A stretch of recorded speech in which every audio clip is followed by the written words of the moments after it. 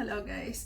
Ayan, ipapakita ko sa inyo kung paano ko ginagawa yung facial ko, okay? At kung ano yung ginagamit ko. Hello! Ayan, magpe-facial ako ngayon. At samahan niyo akong gamitin ng aking machine. Ayan, ito yung machine na ginagamit ko kapag nagpe-facial ako sa sarili ko. Binili ko to siguro may like 6 months na. Ayun. Ayan, ipapakita ko sa inyo kung ano yung mga gamit nito mamaya. Ayan, ito ang ultraviolet hyperfrequency after mag-facial.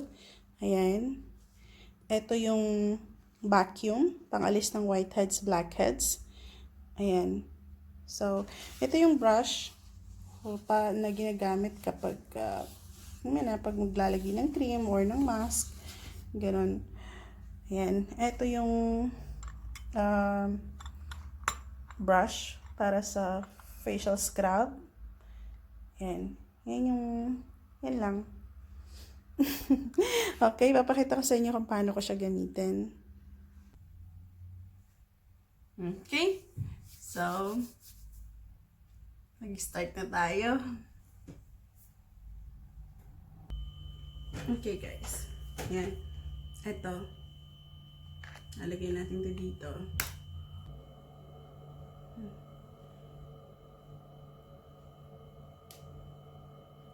Samahan niyo ko sa aking mga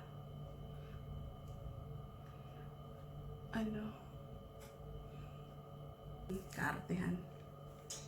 Yan. Ito guys. Okay.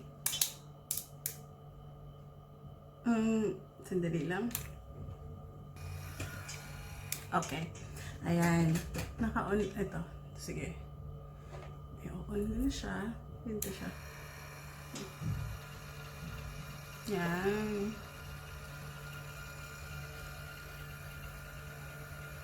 Para matanggal yung mga dead skin sa mukha natin.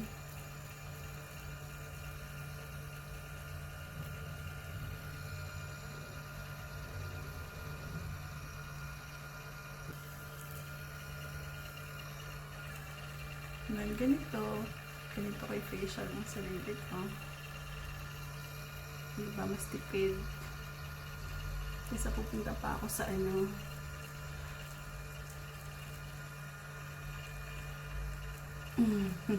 sa kung saan.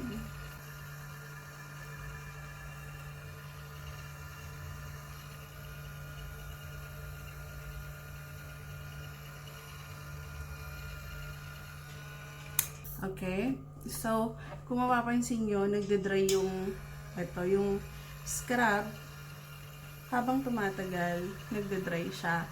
So, meron tayong spray. Water yung laman nito.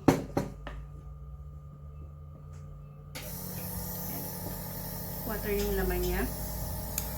So, spray natin yung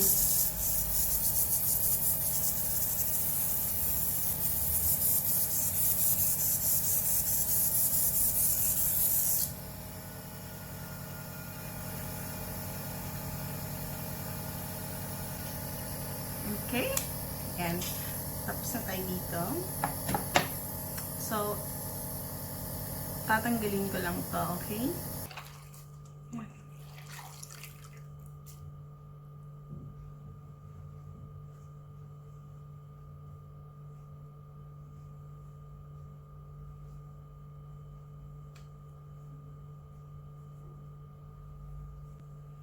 Good. Lagyan natin ng toner, okay?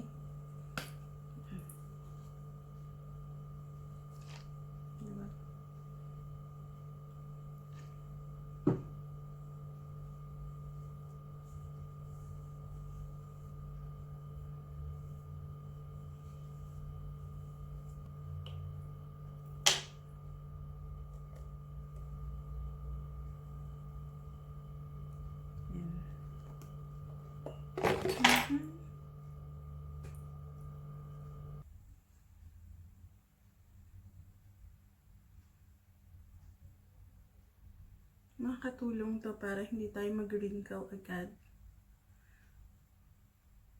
Ano, face massage.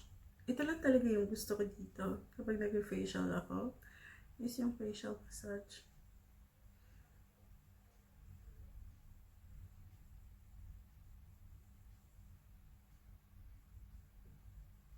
Especially dito sa area na to kasi bilis tong mag-wrinkle eh. Lalo na kapag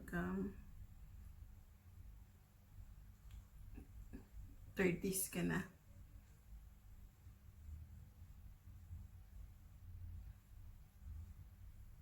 Kailangan na talaga to. Kailangan natin i-moisturize laging skin natin.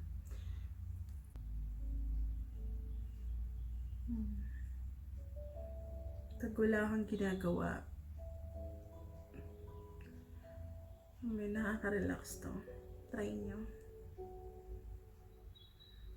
Especially dito sa area na to. Kasi mabilis tong... Ito yung nauunang nag-wrinkle, diba?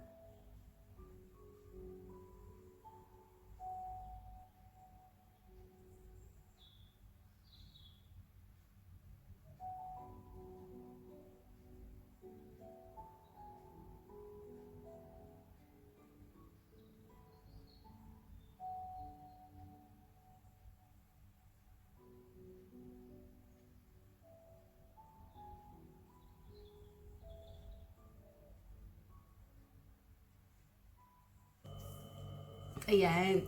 Tapos, magtatanggal tayo ng whiteheads or whiteheads, blackheads. Ito yung pantanggal ng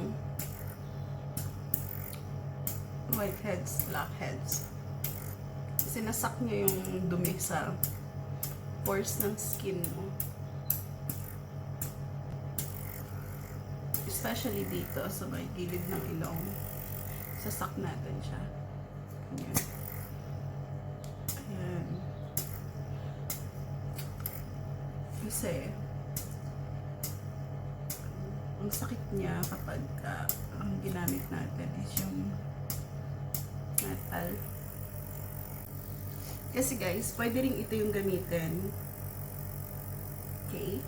Pero, dahil wala naman akong malalaking whiteheads, blackheads, ito lang okay na. Tsaka ayoko nang nasasaktan. Kaya okay na ako dito.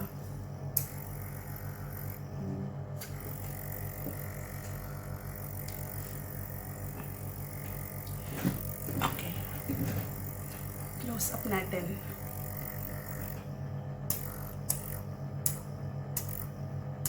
Ayan. Sinasak niyo yung mga dumi-dumi sa mukha natin.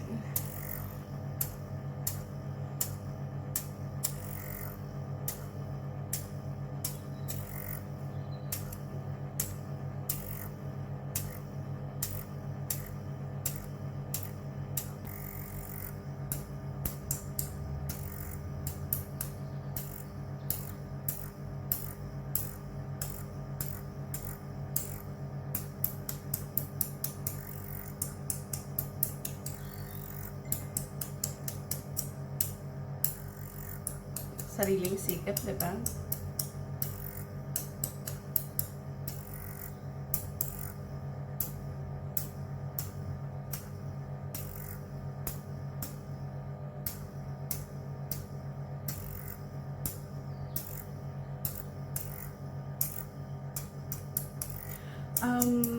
Hindi ako mag-steam kasi ayokong ma-open yung pores ng skin ko.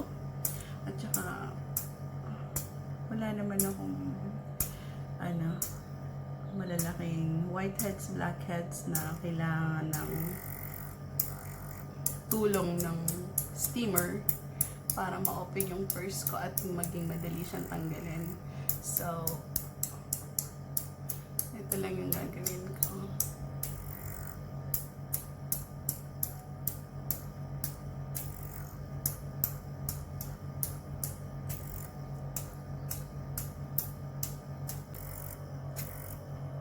Grabe, ang lakas nito. So, pag hindi nyo na control, magkakaroon kayo ng pasa. Ganun. Kaya, kapag gumamit kayo ng ganito, kung meron kayo, at sanayin nyo, kontrolin siya kasi baka magkapasa kayo.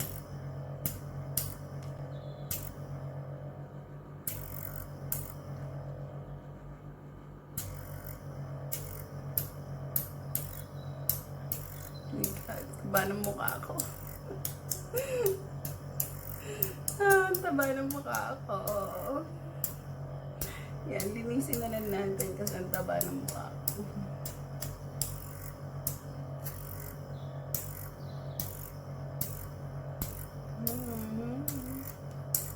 Mga dumi-dumi dyan.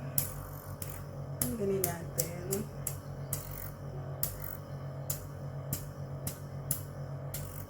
Wrong. Pataas.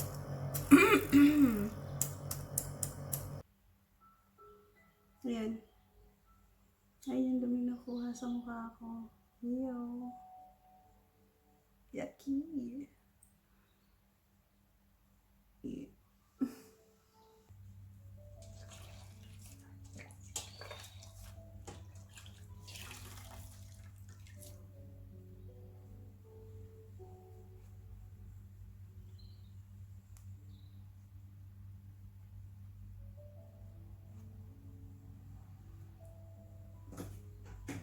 Masyado pala malapit na.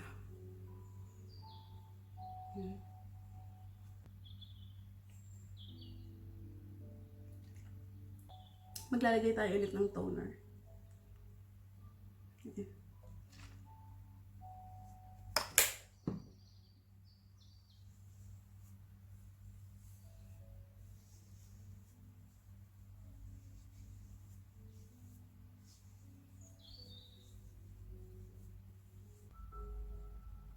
Okay guys, ngayon maglalagay ako ng facial mask. Ito yung gamit kong facial mask. Okay.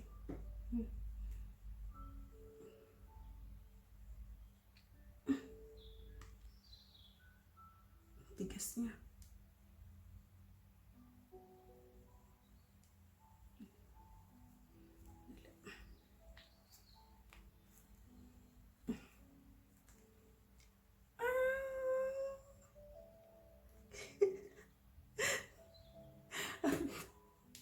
Diba?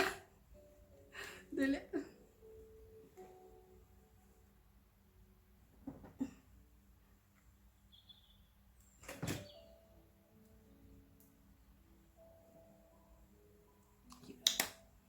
Kasi ang tigas niya talaga, diba? Hindi kaya ng isang kamay ko.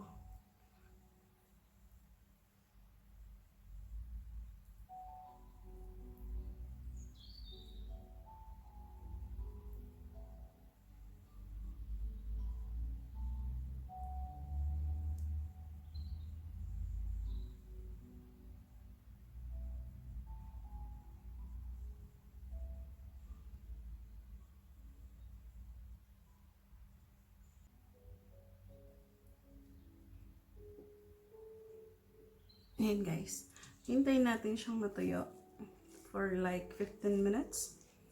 15 minutes na yung nakalagay dito. Ayun, 15 minutes to 20 minutes. Kailangan na natin siyang tanggalin with warm water. Ayan. Okay? So, balikan ko kayo after 15 minutes. Ayan guys, ganito yung itsura niya kapag tuyo na siya. So, tanggalin natin.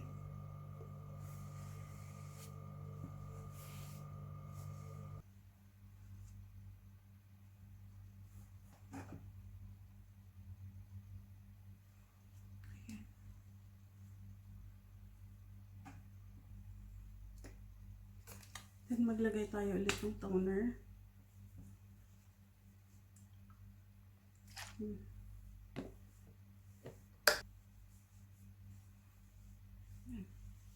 Bioderm.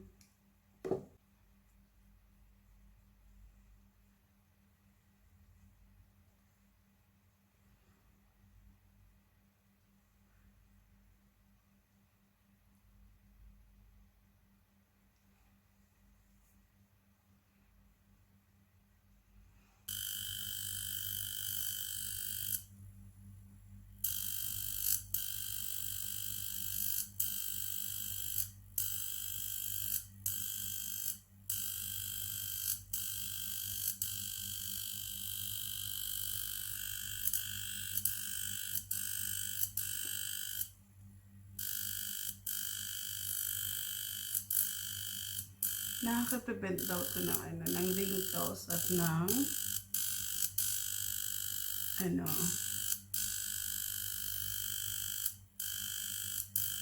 open pores. Nakakapagpa-close pores daw to. So,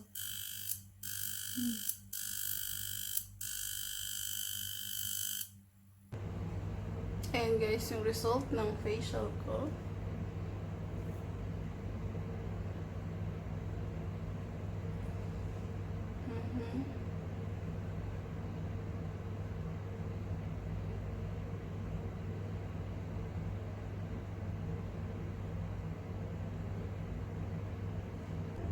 Kung makikita nyo, yung pores ng skin ko is close.